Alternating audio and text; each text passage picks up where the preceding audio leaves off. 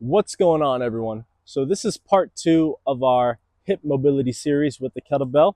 This time we're going to be focusing on the abductors and our glutes to stay mobilized and healthy. So with that being said, let's go ahead, let's get right into it. The first thing we're going to do, let's actually lie onto our sides. I'm going to point my ass at y'all just so you can see what we're working with.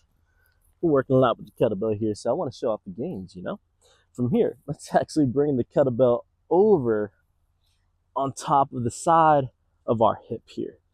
So from here, you can go right into that TFL, kind of the muscle in between our hip flexor and our abductor. And let's just roll side to side on it. This tends to get pretty tight just because this area of our body is what's used to stabilize our torso whenever we're upright. So whenever we're walking, standing, or even sitting, this muscle stays on. So it's good to just tell it to relax. Give it a spa day for all of its hard work every once in a while. You can also move the hip around and just kind of explore what feels good, what feels weird, kind of mobilizing as the kettlebell is pressuring down on our hip here. Yeah. And if your neck starts to hurt, you can always grab a pillow or maybe support yourself with your hand here because my neck is starting to get a little tight. Maybe the kettlebell neck mobility series will be coming out soon. I don't know what it is yet, but I don't know. There's something there. From here, let's start to work our way down our sides. Again, you can always pressure down with your top hand, really push in the kettlebell into our glutes area here. It's called your glute medius. Again, this also keeps your torso upright and your hips stable whenever you're balancing.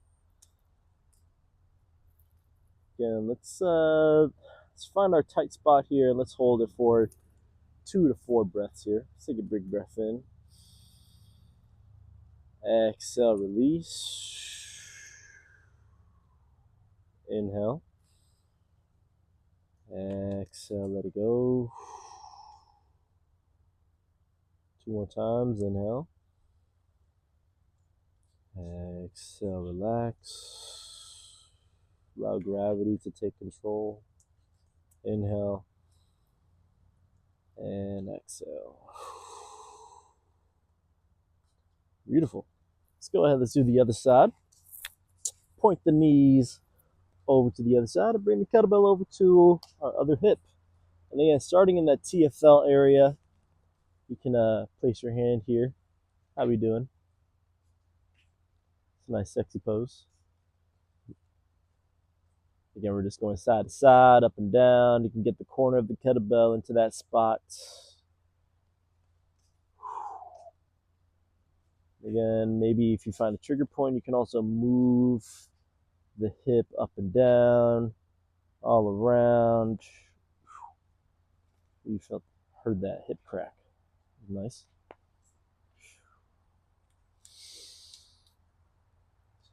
And again, just using your breath to tell your nervous system to relax.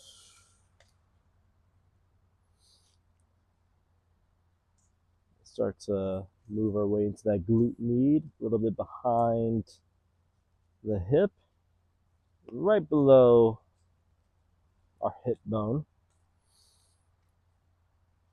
Again, this is great just because normally you'll be foam rolling, and that's like a lot of stabilizing and work, and it's a lot of work. But this is just kind of relaxing. I mean, look at myself, look at my position. This is just, you're chilling. You're just allowing the kettlebell to do the work, for free. You don't need no massage therapist. I mean, massage therapists are nice, but in case you're on a budget, use your kettlebell, all handy dandy, and just roll yourself out. Again, once you find that spot, let's take around 4 breaths here. Again, whatever trigger point is, it's whatever that kind of makes your legs start to twitch and maybe makes your face cringe. Try not to run away from that.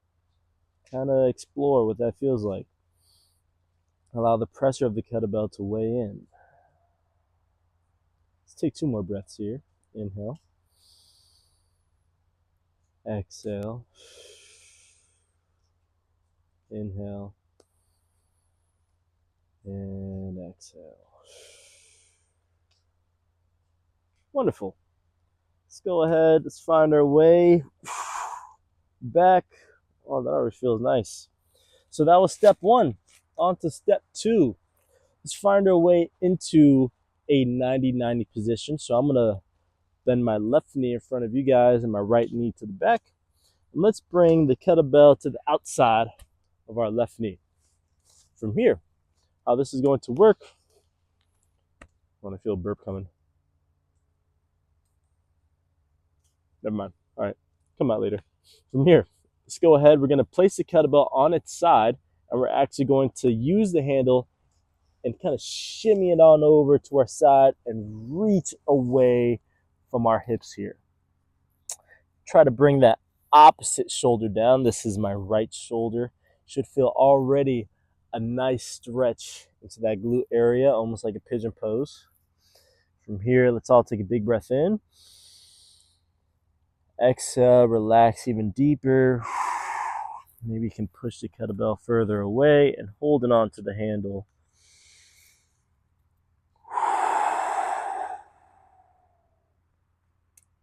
And just finding that rotation in the spine, the hip.